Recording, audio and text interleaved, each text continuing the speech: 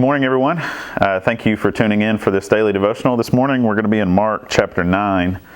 Pretty common story, often referred to, and there's a lot of interesting details in here, but this morning I want to draw a pretty simple thing out of it. I want to start in verse 2 of Mark chapter 9.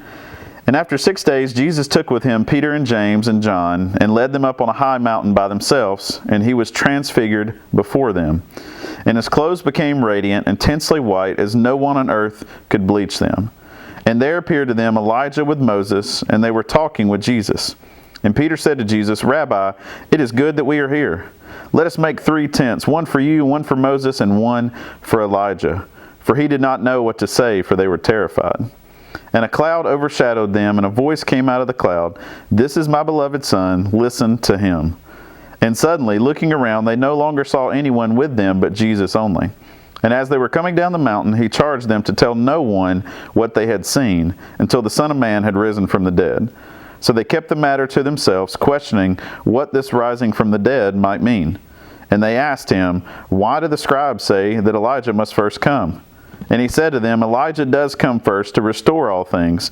And how is it written of the Son of Man that he should suffer many things and be treated with contempt? But I tell you that Elijah has come, and they did to him whatever they pleased, as it is written of him." You know, this story is, we often refer to as the Transfiguration. We talk about it a lot, and we don't read it, at least from what my experience was, we don't read it very often. But there's several deep theological points that end up getting made from this, but I want to just real quick look at the surface level of what goes on here.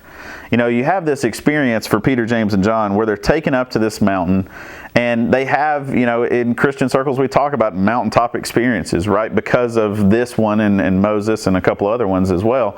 But they have this experience where they see Jesus in his transfigured, you know, his power, his fully glorified body that no one else really gets a chance to see yet. And they get to see this, and they see him with Elijah, and they see him with Moses. And, you know, just think about that from the perspective of a Jew in this day.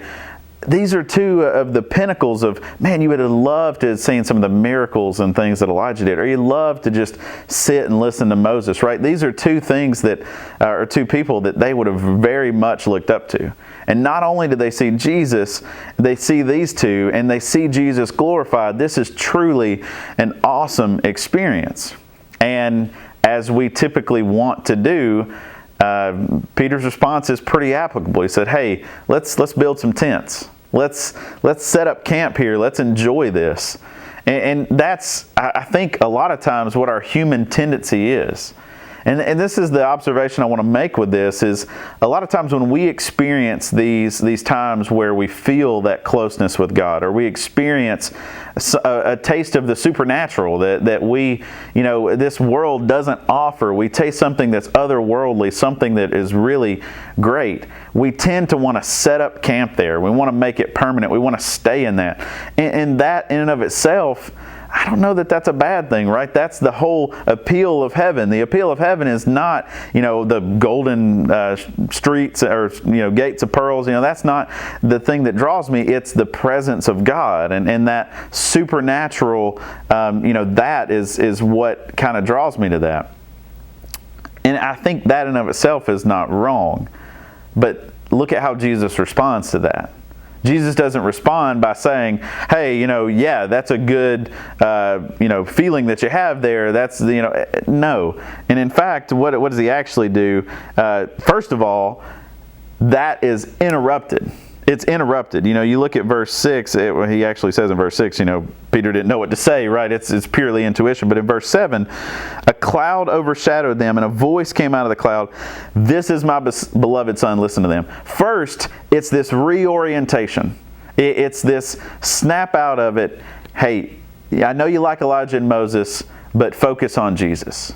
And that's, you know, where this kind of starts is Peter has this feeling of, hey, let's draw together, you know, let's stay here and snap out of it, listen to Jesus. And so they have Elijah, they have Moses. There's huge implications for this, but we're going to move on for now. Then Jesus tells them not to tell anyone about it. Now that in and of itself super interesting. They just had this really great experience, but he says, don't tell anybody it until the Son of Man had risen from the dead. Okay, so wait on it, right? Don't tell anybody yet. Then Mark gives us this little tidbit that they talk about as they're going down.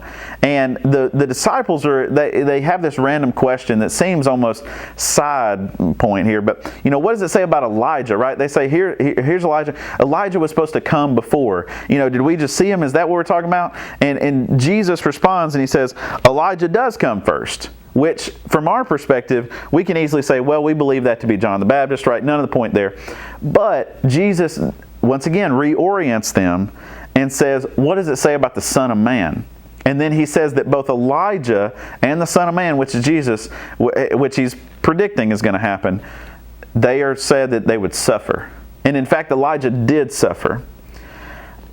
This may take, this may be out there, you may not be following me, and I'm sorry, but I'm going to try to make it as plain as I can.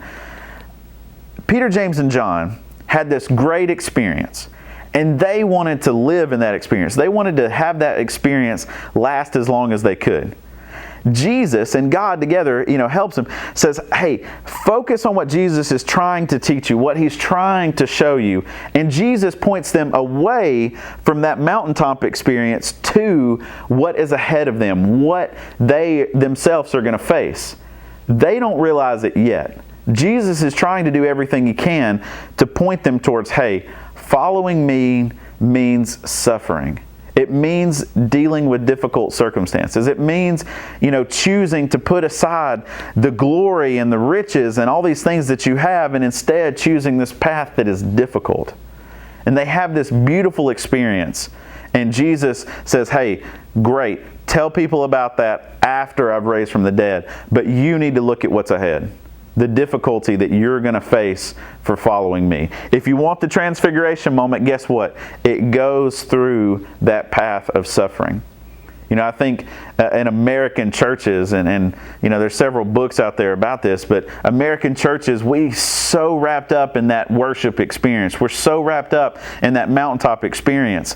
A lot of times people, when they try to sell people on a church, they say, oh, well, yeah, the worship's really good, the music's really good, whatever. They list all these things and, classes and all these things that are offered at the church building. And we draw people in by saying, hey, let me tell you about the mountaintop. Jesus says, hey, the mountaintop is great, but I want you to be aware of what it actually means to follow me. And that means suffering. That means difficulty. One of Clark's phrases when we talk a lot is it's not his originally, but I forget who he quoted it from. But what you draw people in with is what keeps them. And I think a lot of times in American churches, we draw people in with these worship experiences. We draw people in with these programs, with these different things, and we're surprised when they find better worship experiences, better programs down the street. I think it's interesting that here in this moment for Peter, James, and John, they wanted to keep that. They wanted to keep those experiences, but Jesus quickly reminds them, hey, following me is not about the experiences. The experiences will come, right? Seek first the kingdom of God, and all these things will be added into you.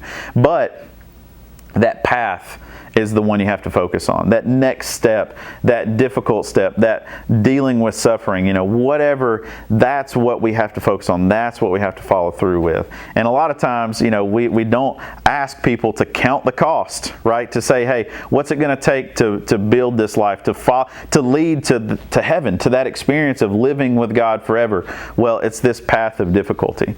It's this path of living separate from the culture, separate from the world. You're in the world, but you're not of the world. We oftentimes want to draw people in with that mountaintop experience without being blunt about the difficulty of what it means to be a Christ follower.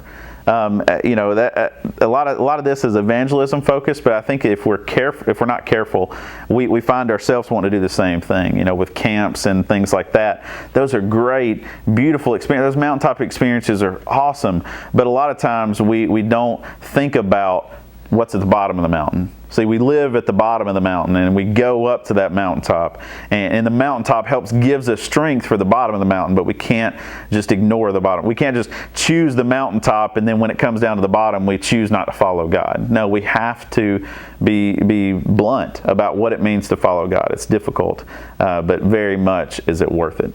Hopefully that's encouraging for you. Like I say, this passage, there's a lot more deep stuff that you could have got into, but I hope that's a nice little tidbit and takeaway.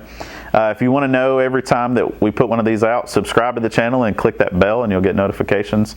I know these hopefully are a blessing to you. I know it's been a blessing to me to watch Clark's and Cole's, and I hope to see you all in person very soon. Thank you.